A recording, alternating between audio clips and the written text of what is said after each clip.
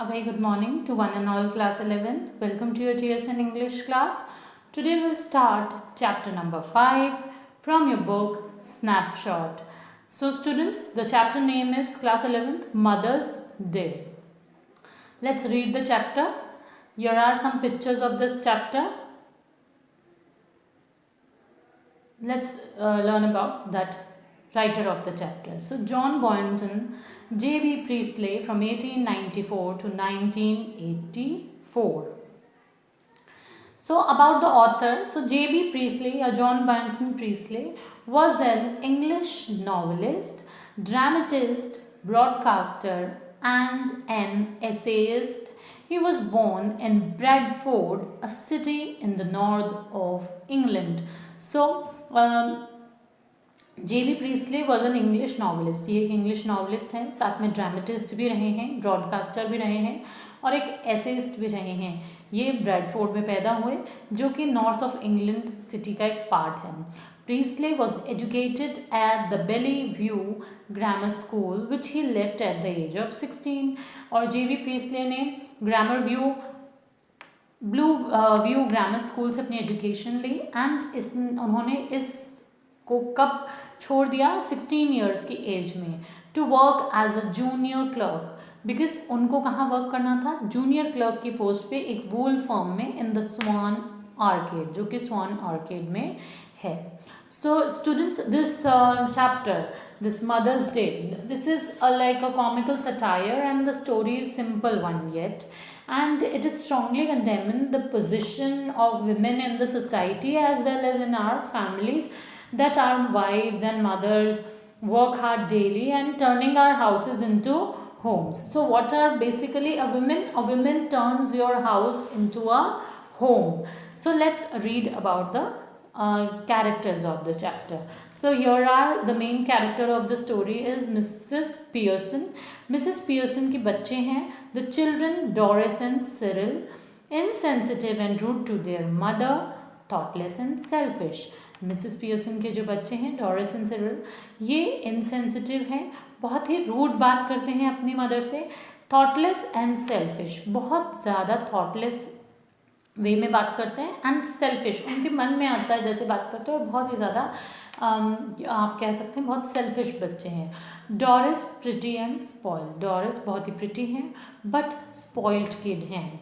Behaves in an annoying and wilful manner, बहुत ही annoying और विलफुल मैनर में बिहेव करती हैं. Cyril is conscious of his looks as compare to जो उनका दूसरा बच्चा है दैट इज़ सिरिल, वो बहुत ही अपने लुक्स को लेके कॉन्शियस है, ब्रैश है, बहुत ही उसका बिहेवियर भी बहुत रूड अग्रेसिव टाइप का है एंड वो जब बोलता है तो वो बहुत पोलाइटली नहीं बोलता, रूड वे में बात करता है. जॉर्ज पियर्सन जो कि मिसेस पियर्सन के हस्बैंड हैं, slow and pompous, neglects his wife, बहुत ही स्लो, जो भी वर्क करते हैं बहुत स्लोली करते हैं. पॉम्पस मीन्स थोड़ा सा ओबीस हैं. नेग्लेक्ट्स हिज वाइफ, अपनी वाइफ को नेग्लेक्ट करते हैं. कंसिडर हिमसेल्फ सोशली सक्सेसफुल, और वो अपने आप को बहुत सोशली सक्सेसफुल मानते हैं. Prefer to spend his time at the club with friends, ज़्यादातर वो अपना टाइम अपने फ्रेंड्स के साथ क्लब में स्पेंड करना पसंद करते हैं. हु कॉल्स हिम पोम्पियोम्पी पियर्सन, जो कि उनके फ्रेंड्स हैं उन्हें पोम्पियोम्पी पियर्सन बुलाते हैं. So here are like 5 characters in the story. Mrs. Annie Pearson, the main character. George Pearson, Mrs. Annie Pearson's husband. Doris Pearson, उनका daughter. And Cyril Pearson, जो है उनका बेटा. Mrs. Fitzgerald जो है. So let's read the theme of the poem here. Chapter here. Mother usually the most neglected person of the family who put in twice the labor and gain no wages or thanks for it. Mothers जो होती हैं usually families का सबसे neglected person होती हैं, जिनको generally लोग सिर्फ मदर्स डे पे याद रखते हैं. Who puts in twice the labour, वो हर वक्त अपना वर्क जो है परफेक्टली करती हैं, चाहे आप वो फूड देखें, घर की क्लीनिंग देखें, सब. And mothers turns the home house into home, and उसके बदले में वो कोई वेजेस या कोई थैंक्स भी एक्सेप्ट नहीं करते हैं. Mrs. Pearson, one such ordinary mother, but who has an extraordinary friend. Mrs Pearson एक ऑर्डिनरी मदर हैं बट उनकी एक एक्स्ट्रा ऑर्डिनरी फ्रेंड हैं जो बिलीव करती हैं कि husband sons daughter should be taking notice of wives. Husbands और डॉटर्स को अपनी वाइफ्स की, अपने मदर्स की ध्यान रखना चाहिए, उनकी केयर करनी चाहिए. Not giving them orders and treating them like dirt. सिर्फ वो ऑर्डर्स लेने के लिए पैदा नहीं हुआ है और उन्हें एक डर्ट की तरह हमें ट्रीट नहीं करना चाहिए. Move on to the chapter here, students. So the following play is a humorous portrayal of the status of mother in a family. Let's read on to see how Mrs. Pearson family reacts when she tries to stand up for her own rights. अब हम find out करेंगे कि किस तरह Mrs Pearson की family जो है वो ट्राई करती है और किस तरह मिसेस पियर्सन अपने राइट्स के लिए खुद खड़ी होती हैं. सो कैरेक्टर्स के नेम आपको दिए हुए हैं. Mrs Annie Pearson, George Pearson, Doris Pearson, Cyril Pearson, Mrs Fitzgerald. So the action take place in the living room of Pearson House in London suburb. जो action होने वाला है या जो play है, because this chapter is a play, students. So जो भी action है वो living room में perform हो रहा है. So the scene is the living room of the Pearson family afternoon.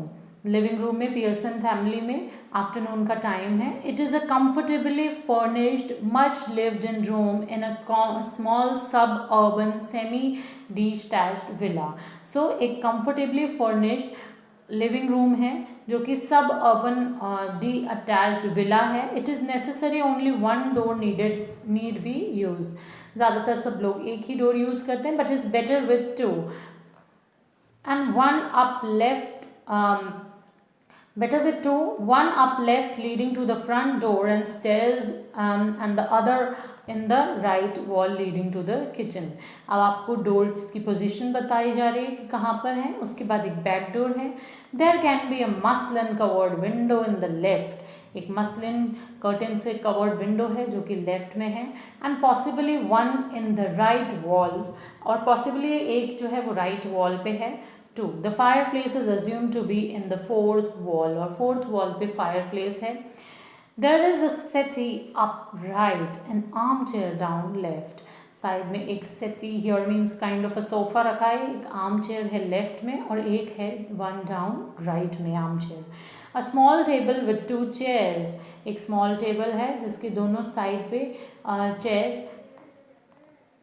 On the either side of it stands at the center. जिसके दोनों साइड पे सेंटर पे टेबल है जिसके दोनों साइड पे चेयर्स लगी हुई हैं. Let's move on to the next page, students. When the curtain rises it is an afternoon in early autumn and the storage can be well lit. So क्या बात हो रही है कि when the curtain rises it at the afternoon on early autumn. जब curtain ऊपर उठता है प्ले के लिए तो सिचुएशन क्या होती है, आफ्टरनून का टाइम होता है, ऑटम वाला सीजन होता है. And the stage can be well lit, और स्टेज पे पूरी तरह लाइट्स लगी हुई होती हैं या पूरी तरह रोशनी आ रही होती है. Mrs Pearson at the right, Mrs Pearson right में बैठी हैं and Mrs Fitzgerald at the left are sitting opposite each other at the small table. दोनों एक स्मॉल टेबल पे एक दूसरे के ऑपोजिट बैठी हैं. On which are 2 teacups and saucers and the cards which Mrs. Fitzgerald has been telling Mrs. Pearson's fortune. और 2 tea cup और सॉसर्स रखे हुए हैं, कुछ कार्ड्स रखे हुए हैं जिसमें मिसेस फिट्जजेराल्ड जो हैं वो मिसेस पियर्सन को उनका फॉर्च्यून या फ्यूचर के बारे में बता रही हैं. Mrs Pearson is a pleasant but worried looking woman in 40s. Mrs Pearson approximately 40+ age की हैं और बहुत ही प्लीजेंट लगती हैं बट बहुत ज़्यादा वरिड हैं लग रही हैं. Mrs Fitzgerald is older, heavier and a strong sinister personality. Mrs Fitzgerald बूढ़ी हैं, थोड़ी वेट में ज़्यादा हैं बट एक स्ट्रॉन्ग और एक सिनिस्टर पर्सनैलिटी हैं. शी स्मोकिंग, वो स्मोक कर रही हैं. It is very important that these two should have sharply contrasting voice.